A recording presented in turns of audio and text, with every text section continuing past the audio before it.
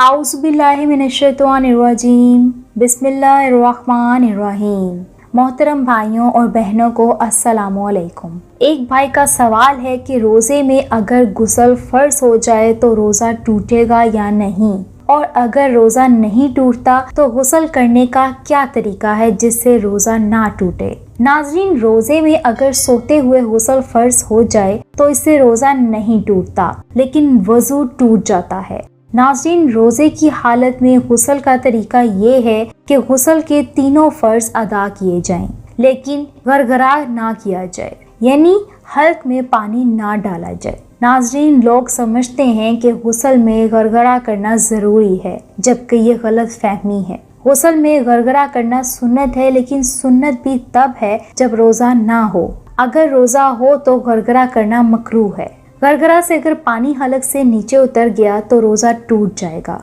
अल्लाह पाक हमें रमज़ान की बरकत से नवाजे, आमीन। वीडियो को लाइक और शेयर लाज़मी करें। आपकी मोहब्बत का शुक्रिया। खुदा हाफिज।